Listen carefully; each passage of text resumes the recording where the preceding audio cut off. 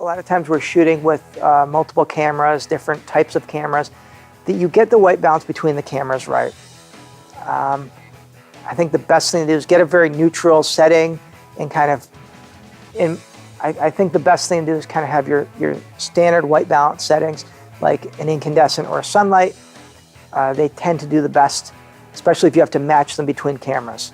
But spend time to kind of look at those cameras and not only white balance, but also your gamma, your whites.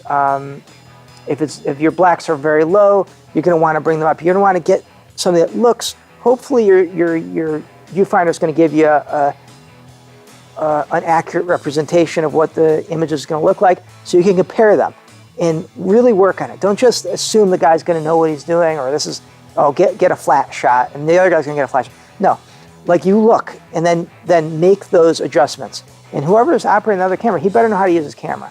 He better know how to operate. If you say, bring your blacks up, this is your camera, you have to know how to use it.